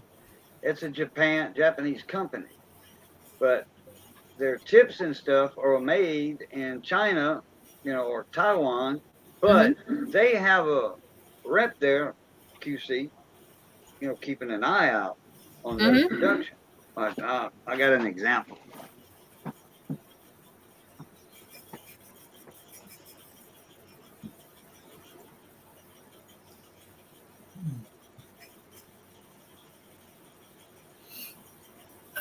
So what else have y'all guys been up to? I went to work today. Everyone else took a day off. Oh, normal fun stuff. Yep. It was a regular day for me. Yay. I'll wait till May to get. Oh no, you can do it, Crystal. You can present me, huh? Yeah. Okay. Hey, just a second. Ah. Really, machine? So one reason I don't like my Chromebook, it's good, but it's also old. Okay. Right. Okay. There you go. There he is. Hello, everybody. Hey, 6%. Okay, yeah, because let me lay you back out.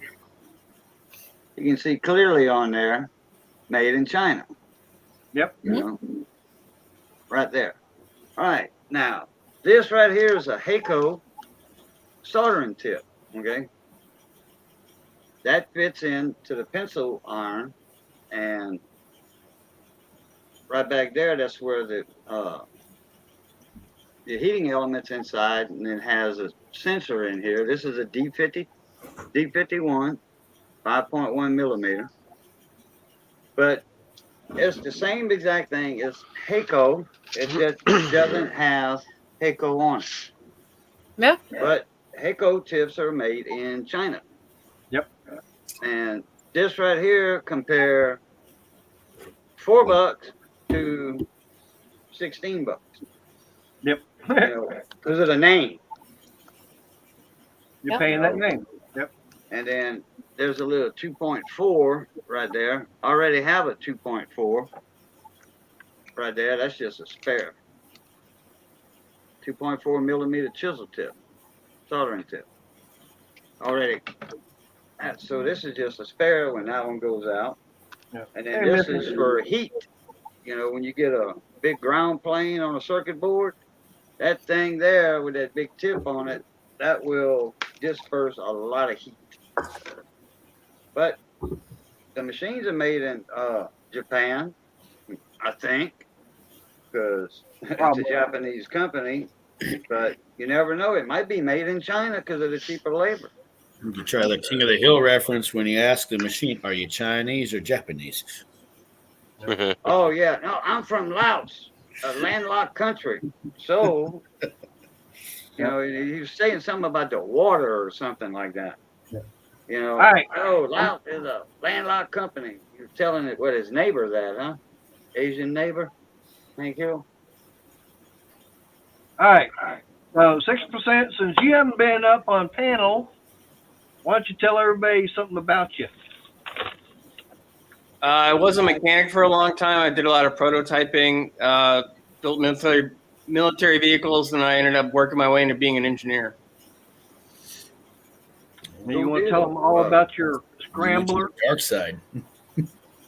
I found this on Facebook Marketplace. Somebody took a 65 AMC Rambler body and grafted it to a 2000 Cherokee chassis, and they're both unibody, and he put it together with bubble gum and meth. I don't know how else to describe it. Oh, he rednecked it. No, I live in this. No, this is don't insult the more redneck. than. Yeah, No, this is much smaller than redneck. Redneck, at least you know what you're doing. The way I seen I don't. Yeah, no. That thing was not redneck. No, he used flashing. He used house flashing and aluminum rivets to join the body and the chassis together. He welded some stuff in here and there, but it would have probably killed him if he'd driven it. I'm not just saying that for YouTube clicks. It was dangerous. Yeah. Wow. Okay, he was an idiot then. Yeah. He said he was building a gambler car. I got it for $1,000 delivered to my house, so can't complain too much.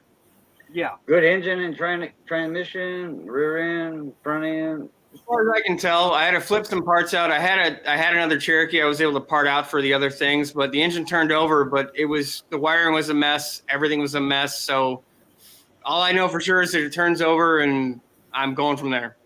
Oh, okay. Oh, what's your field of engineering? Mechanical engineering or? Mechanical processing. I kind of worked my way up from being a guy building things to a guy showing people how to build things. So okay, all right, yeah, Yep. That works. But I've always, well, it's nice to meet you in panel. I've always seen you in chat. Yeah. yeah, same here. But hey, I appreciate you being here. I mean. Oh, I appreciate the invite. Right. I appreciate you coming to our live stream on Saturday. Yep. Yeah, I was there. Yep. It was interesting. Yep. But it's like, I watched that video with you, going in there with that little tool, with the spring and everything on it to pop the rivets. And it's like, it seemed like almost a day and a half just to pull all those rivets. And besides the ones you even drilled, you go, oh, another hidden rivet. Yeah, I actually counted them. There was 585 or so rivets that I pulled off of the car. Cool. Yeah. Aluminum rivets. Put that in some cans and sell that for scrap aluminum. Oh, the heat pen and all the garbage. It was. I knew it wasn't going to be great when I bought it, but I didn't realize how bad it really was until I got here and I started taking it apart. So. Dang. What was like a cherry picker the guy cut in half and used that to hold part of the body on with, bolted on? I'm cutting those pieces out tomorrow. So I think if I put them all together, there is something written on them like a company name. And I think if I put all these pieces together, maybe I can spell out whatever the hell it was. Because I can't tell. It looks like the top section of a cherry picker for pulling out an engine. Yeah, it's like 4x4 square tubing that he sliced up to make body mounts. It's weird. It's got like some kind of name on it, but I just can't tell what it is yet.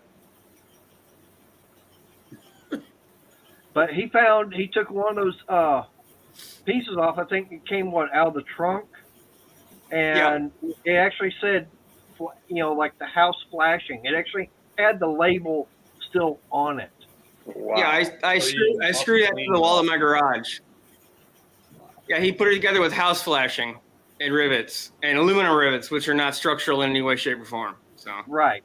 I have to wonder how high he was, how drunk he was, and where he was picking these parts up at. Because I don't really know. Well, he's got a comment pertaining to that. 2 comments above Mater's email. Yeah. I would have to agree on that. I don't know. I mean, his idea wasn't bad. His execution was. Like, it's a neat idea. I don't know if anybody who's joined a unibody car and a unibody car into something, but you said he was going to make a gambler car out of it, and that's great, but it really would have hurt him the way he had it together. If he'd ever actually got it running, it would have hurt him. I mean, and I remember we were taking it apart and everything, and how much rust there was up there in the cowling. Oh yeah, it's like, I mean, that hole was big enough. I could have stuck my fist through it. Oh yeah, that's part of the structural framework. I've been using the holes to show different parts of the cars I'm working on them. I'll like sneak my hand in through and point at something because you can get there. Be like, over here. So what year was that Rambler? I'm sorry? What year was that Rambler? 65. 65, okay.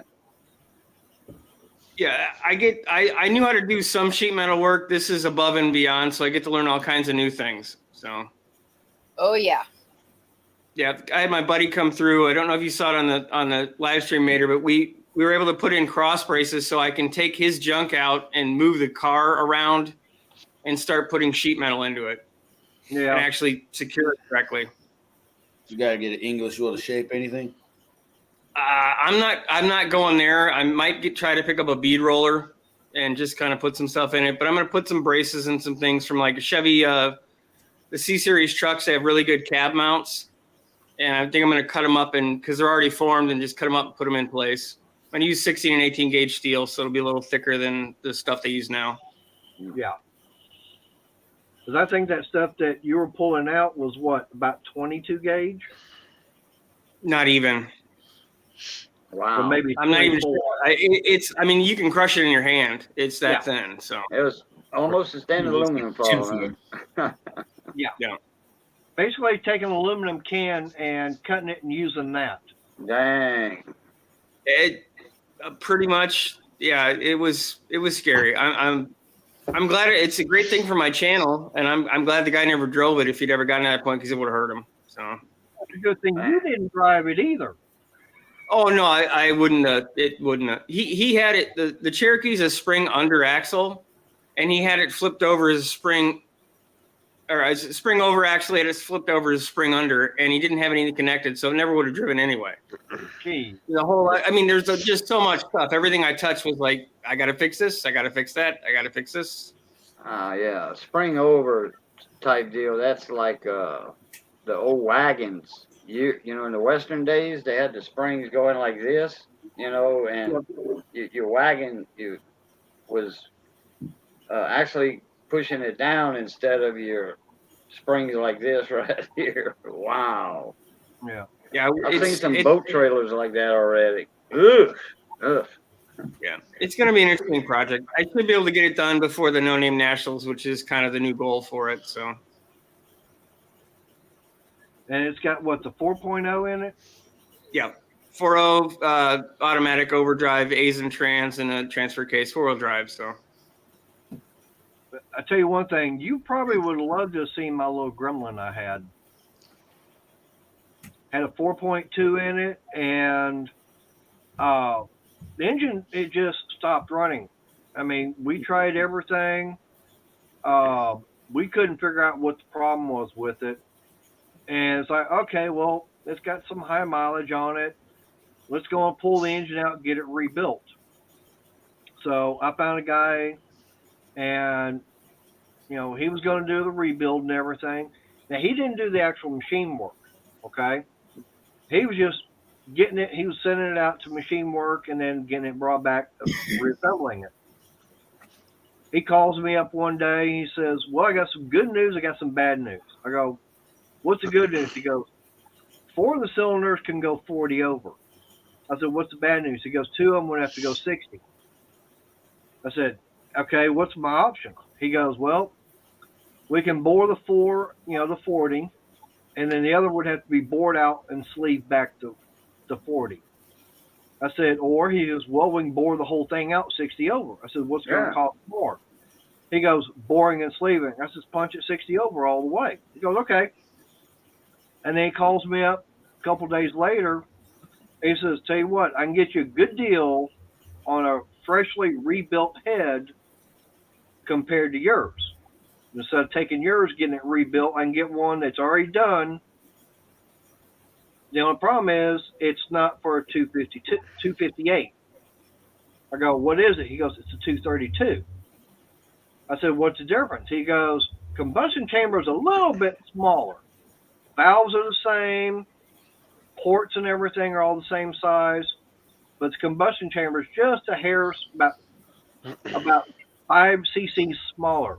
He says, "The good thing about with that being 60 over, it's actually going to help the compression on it." I said, "Okay, fine." I think it saved me about $100. I got it all back and started putting it all back together. It's like, this thing's got points and everything in it. Well, let's go and put a fresh set of points in it. Pull the distributor cap off of it, pull the rotor out.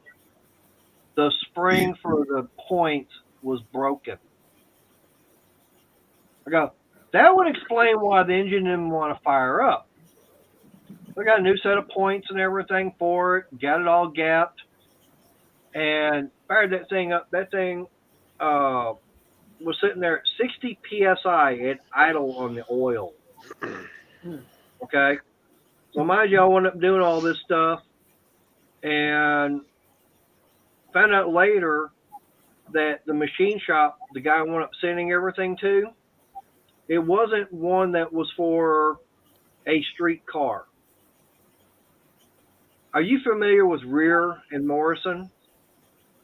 Yeah, the name at least. Name sounds familiar. A couple of guys over in Arlington that build drag racing engines for Pro Stock.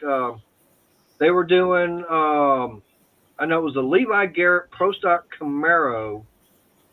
I can't remember the driver's name, but yeah, those were the guys that did the machine work on it. They didn't build that engine for the street. They built that engine for drag racing. Dang. And yeah, and mind you, I'm running it with a little old 1-barrel carburetor and outrunning an IROC Camaro. World's fastest gremlin. I mean, it was automatic. I mean, it was an automatic 1-barrel carburetor, and it sounded totally stock, but it had some power to it. Yeah, they're not known for high horsepower, but they do last a long time and they've got good torque. But yeah, you can make them scream. There's companies out there that are doing 700 horsepower engines right now. They don't last a long time, but they go real fast when they do. Oh yeah, I mean, there's a guy, I can't remember his name off the top of my head. I've heard it now. I probably remember it later. But he's taking those 225 slant sixes and he's getting them built up to where they've got like 400 or 500 horsepower, running a 4-barrel Holly 750 double pumper, naturally aspirated. Okay, and he builds them for these guys that run up on a dirt track somewhere up on the northeast or northwest. Okay. The guys that running them, they finish the race. Third place is 2 laps down. I'm going, That's nice. man, I would love to be able to do that and put it in a dirt track car myself. Yeah. Just get out there and just kick their butt with a slant six. Because the guys that are running at my local track, they're taking a 350, 350 Chevy, and they're putting a 400 crank in there. So they're stroking it out to, 383? Yeah. And some of this other stuff.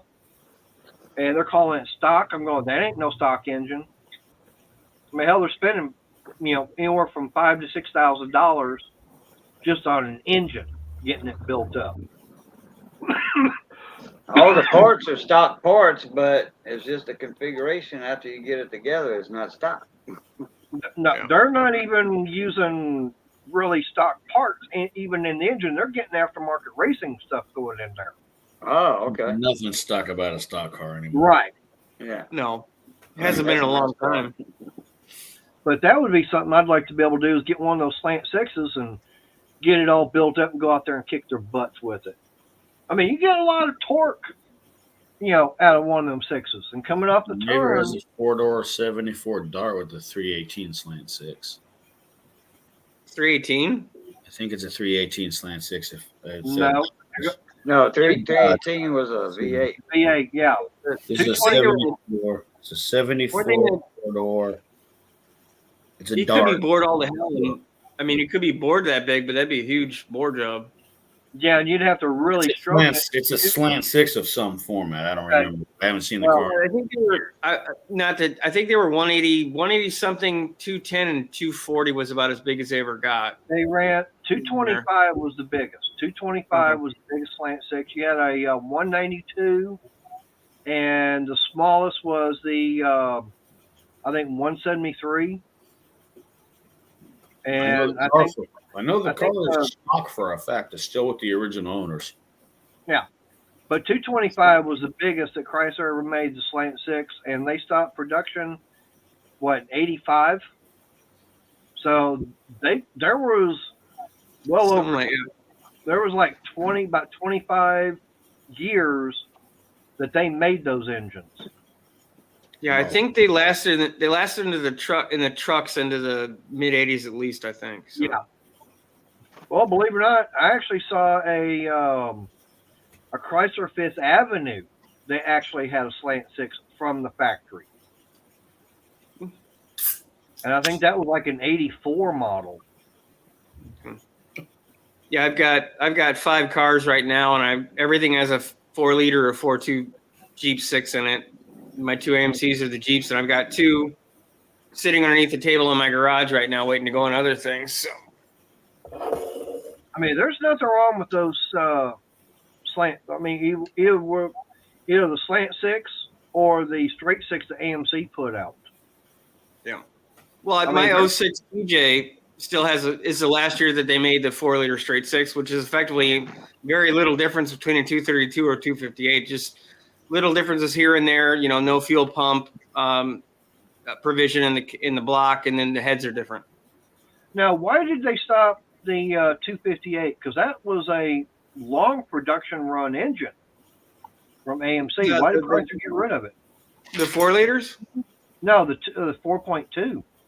Well, they got rid of the 4.2 for the 4-liter, which was it's basically the same. It's little things here and there. I think it was just a lot of fuel efficiency stuff and economy. But they made those.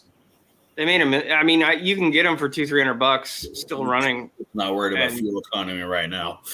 No. No, I mean, and they're not bad, but everything I've got is brick shaped. So. Right. I mean, that little 258 I had in that Gremlin, I mean, I was getting almost 30 miles a gallon with it. So, I mean, I couldn't complain about that. Yeah. And then they'll take the modern 4-liter motor and they'll take a 4.2 crank, put them together, make a 4.6, a 4.7 stroker. So there's a lot of interchangeability in the parts. You can get a crate motor that's the 4.6 or 4.7 board out in there, almost 300 horsepower and 350 foot-pounds of torque, which isn't bad. No, not bad at all. No. And that's the thing about, like I said, with those 6-cylinders, I mean, yeah, there's a lot of torque in them. I mean, not really a lot of horsepower, but it's the torque that is what gets them going. Especially when having those turbo boosters in and all that stuff too. Yeah, and the stuff I've got, it's all on that Japanese stuff. They had the Evos with the turbos and stuff, and they had some get up for sure. Oh yeah. The 2Js like in the Supra, those things you can get stupid power. You can get LS level power out of those motors, but they're I'm just amazed, like because they're like so compact. Yeah. Well, like the American stuff is very much more of a tractor base, like the 306. It's not gonna make horsepower. They'll run forever, but it'll run like crap forever. But there's no overhead cams and other technology. They're just grunt tractor motors, effectively. Yeah. But I mean, that's the one thing. Now, I tell you what's really weird is there's one engine that comes out of Japan that you can get almost unlimited kind of horsepower out of it, and that's going to be the rotary engine. Yeah, I mean together. I've seen guys that will spin those things at 10, 12,000 RPMs, and they ain't coming apart. And they're getting a lot of horsepower and torque out of them. They're extremely expensive to build. Y'all have fun. I'm going to go ahead and drop. So, yeah. Right. We got 4 minutes. Night, Crystal. Night, guys. Yep. Because I got less than 4 minutes. The rotors are definitely neat motors, but they're hard to keep together. They're very finicky. True. And the weird thing about it is you've got a Japanese car company that's making them, but they were designed over in Germany.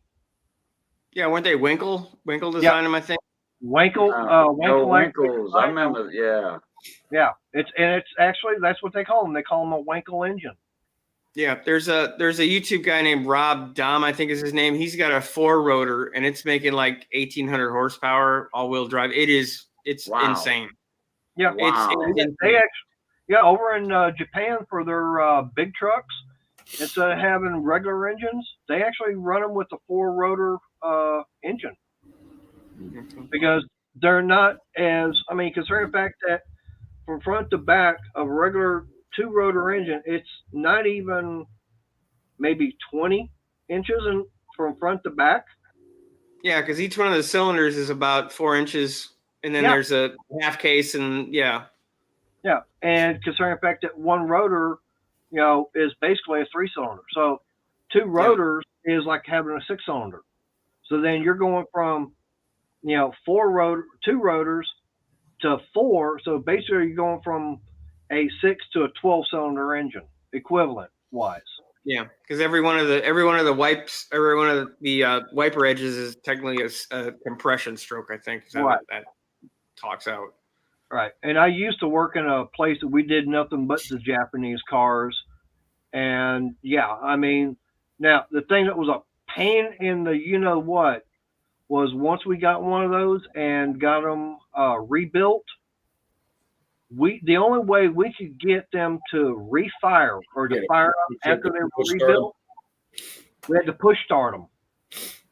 Had to get them up to about 20 miles an hour and have them pop it in second gear, turn the ignition on, but have the clutch, disengaged. We get them up to about 20, 25. They'd pop the clutch, and the apexes on those rotors would sling out far enough under such pressure, they would seal up. But they would not seal up if it was you're going to crank it. Look at Rail's comment right there. Yep.